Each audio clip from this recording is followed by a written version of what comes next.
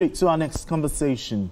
Now, envisioned to stem the tide of criminality, some states in northern Nigeria embraced peace negotiations with bandits. But this move, as the governor of Niger State, Umar Bago, captures it, is already fueling cattle rustling in his own state.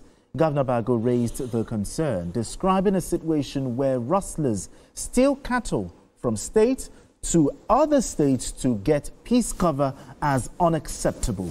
The governor spoke during a stakeholders consultative meeting in Minna on the implementation of the State Trade Animal Movement Security and Veterinary Inspection Permit. For Governor Bago, the intervention of the President and the National Security Advisor on the issue is very important. Now let's share this story by TVC News' Jeremy Bemi with you. Today, the governor of Niger State is holding a consultative meeting with stakeholders in the livestock industry, cattle breeders, poachers, dealers and security agencies. Governor Umar Bago is concerned about the negative effects amnesty granted to bandits in neighboring states is having on cattle trade in Niger State.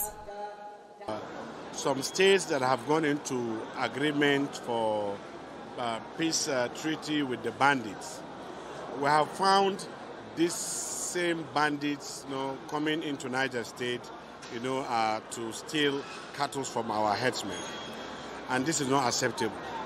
So we have found some of these cattle in markets in other states that are in amnesty with these people. It's not amnesty. If it's amnesty, they should have dropped their weapons, and surrender and go back to the real business. But what they have done is that they have compromised other states that are neighboring to them, and we don't have any settlement for any bandit here. They only come from this northwestern states to hit Niger State and go back. So what we have done now, we have reinforced with the security forces. Anybody, whether there is amnesty or not, you come to Niger State to steal, we'll follow you and we'll hit you back. For the cattle breeders and sellers, cattle rustling is just one of the issues they have to deal with. Transporting the cattle to market is another, with drivers floating false waybill receipts for stolen cattle. These cattle rustlers from Kaduna, where they are claiming that they have amnesty, there are no even rustling cows in Kaduna State, but they used to come to Niger and rustle our cows. Yes, we have 120,000 hectares of grazing reserve across the state, and in every local government, these reserves exist. We are working with the Prime Minister of Livestock, Prime Minister of Agriculture, and our development partners to bring in seeds for grasses so that we can plant pasture for livestock. See that in just his almost 2 years now of coming, he has recruited veterinary personnel. He has recruited paravets, and he's saying he will recruit more. These directives are clearly in line with the federal government's interest in livestock farming in Nigeria. It is expected that the IGR will be boosted from the local cattle markets in Niger State. Chenemi Bami, TVC News, Minna.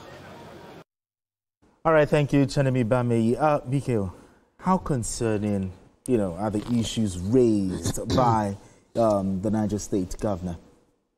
Yes, it's a matter of concern, but it's difficult for me to sit here seeing that amnesty is working in Kaduna and criticize it.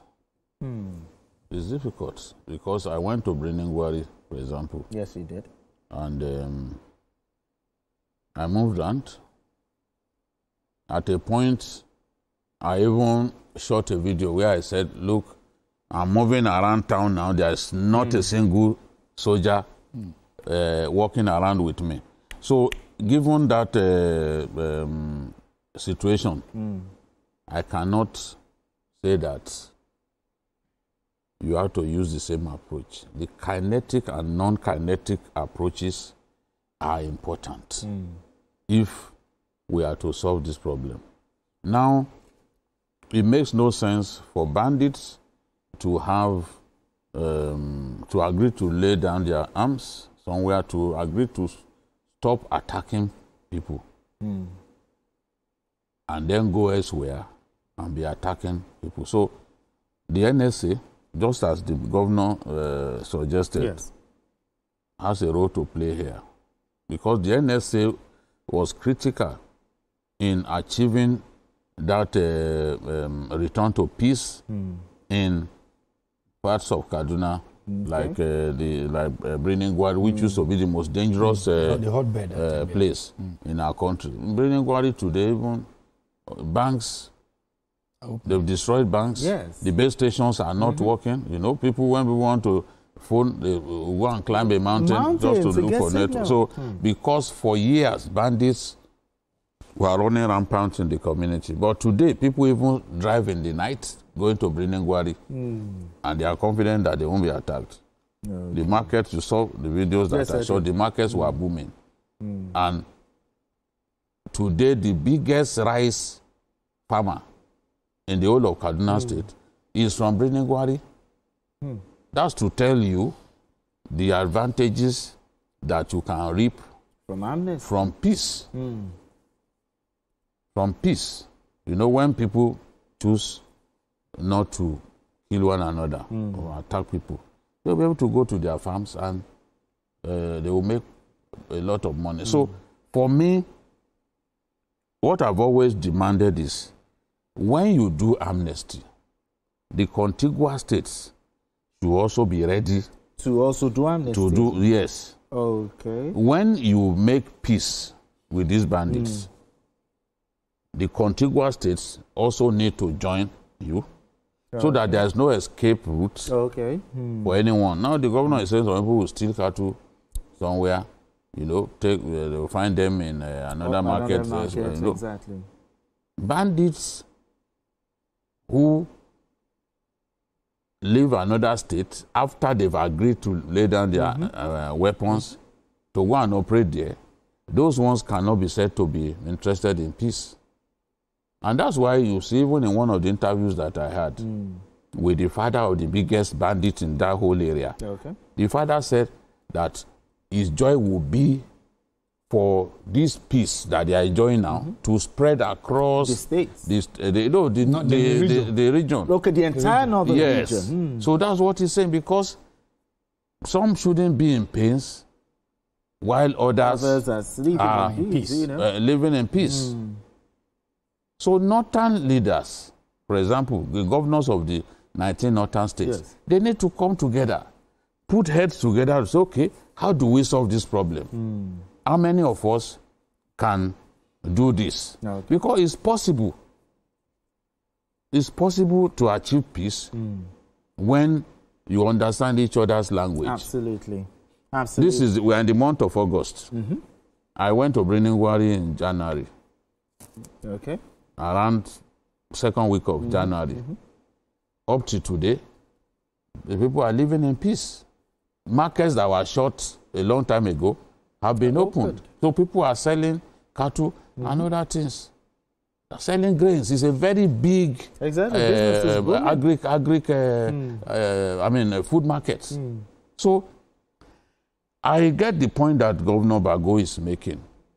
But even the military will sometimes ask that, look, let's have both kinetic and non-kinetic approaches. Some of the problems, security problems that we face, political leaders can solve those problems without us having to resort to military intervention. All right, then. Beautiful one, BK. But we need to go on this quick break. And when we return, I'm going to be talking to you. What are the options available for the Niger State governor?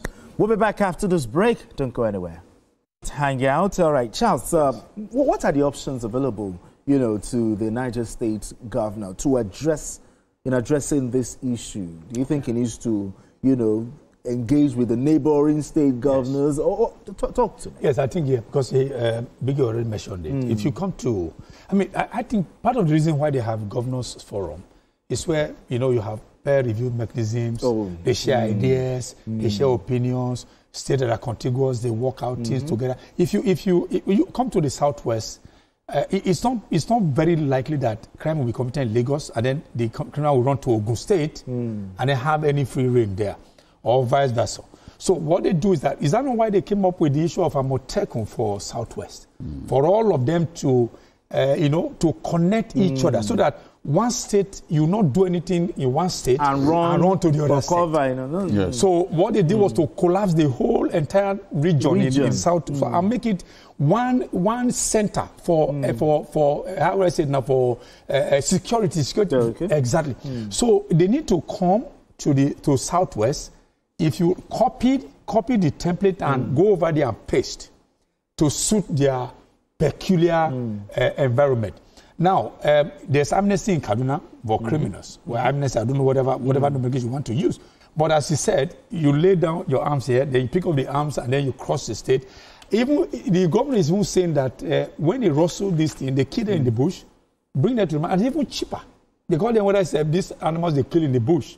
So it's cheaper than the one they go to the abattoirs and kill it. So it means that those who are doing it, and they're making more money. Do you think the security agencies should monitor this ex-bandits or the pardoned bandits? See, they can't work without even the state governments.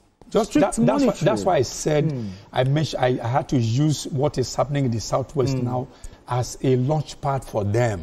But because how are they doing it over here? Look at Ondo, Amotekun, you get to Ondo, Amotekun, you get to Osho, Amotekun, and all that.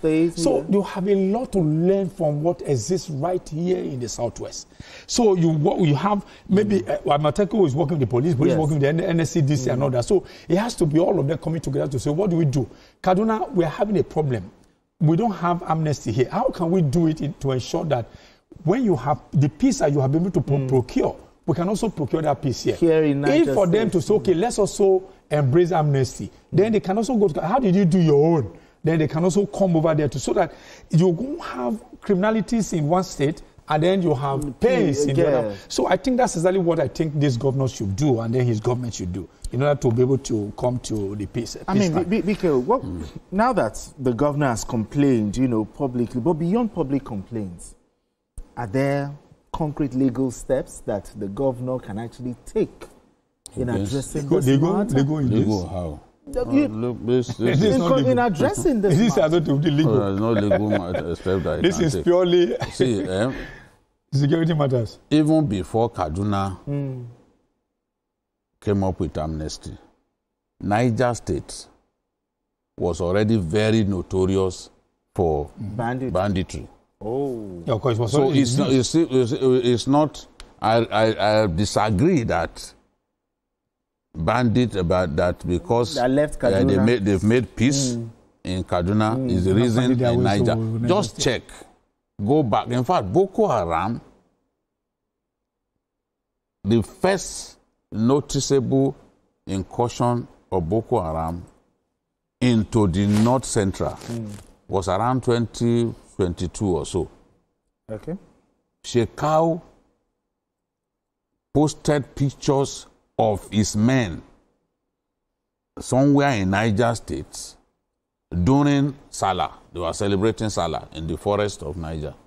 And places like Alawa, they've killed soldiers so many times. In Shiroro, for example, Shiroro area of Niger State, we've lost a lot of soldiers there. They even shot down an Air Force plane in Niger State territory. And that was a long time, even before this current Kaduna governor became governor. So terrorists, bandits, harassing people in Niger, stealing cattle in Niger, predates the coming of the current Kaduna governor. Okay. When there was no amnesty, they were very active in Niger. Just go. They always say Google is your friend. Yes. You will see, especially in the Shiroro area. I mean, the kind of bandits who attack army bases. And then, look at Alawa. If you just write Alawa, Niger State, you see a lot of confrontation between the military and bandits in that place. And then Shiroro area. The former governor of Niger State once announced to a shocked Nigerian people that the Kainji Lake National Park, a place that was set aside for tourism and all that, is now home to bandits. Now we are talking about Bogu, which used to be part of Kwara. Is now after the boundary adjustment by the IBB regime back then. Bago moved to Niger. That is, the home of the Mahmoudawa, a new terrorist group terrorizing our people in Niger, part of Kwara. You know, around those people, the Baruba speaking people, along the international border. So what I'm saying is, even if they said, okay, no more peace with bandits, it will not stop the rampant. Remember, even the government science secondary school, Kagara, in Niger State, the school that Shehu Sani, the senator, attended. Before our highs, right there in Rafi local government of Niger State, did they not pack all the students away? Before then, there was also the, I think after that, there was the case of women who were coming from wedding. Was it wedding? There was a wedding. They were taken away in that same Niger, that notorious Niger. There was also the case of children of this Quranic school that were also kidnapped. If you Google it, you'll be tired of cases of banditry from Niger State alone. So you don't agree with that excuse? So when you take Zamfara, for banditry, Niger should be next. Niger comes next. This is what I know. And the point I'm making is, look, people will look for ways to solve a problem. Absolutely. If you ask the people who are in Breningwari now, to compare now and then, they will tell you that they are excited. How government found a way to solve the problem? That's government problem. It's not really their problem, but today they can go to their farms, and the biggest rice farmer in the whole of Kaduna State is in Breningwari. I interviewed him. You saw the president also talked about somebody making more than 1.4 billion from 3 crops alone. So would they have been able to do that if we didn't have peace? So a governor and the NSA who came up and said, okay, let us come up with this mode. Even the army, when they addressed me in Kaduna, they talked about how the effect of this peace moves, and that those who refuse to join in the peace, that they will waste them. Absolutely. So I don't think that we can say that, because the Amnesty. No, even if that was not there. But that's not the main issue. That state has already been very notorious for rampant bandits. All right, then. It's a fine place for us to live here. Charles Adele, appreciate you as always. Thank you so much. BKO, as always, thank you so much. And that's it on Journalist Hangout today. Join us tomorrow for another episode of the program. You can watch the repeat broadcast of this episode tonight at 11. Join us on Sunday from 1:30 to 3:30 p.m. for Journalist Hangout on Sunday. We are on YouTube at youtube.com/TVC News Nigeria. I am Benga Oreshegun. Bye for now, and God bless Nigeria.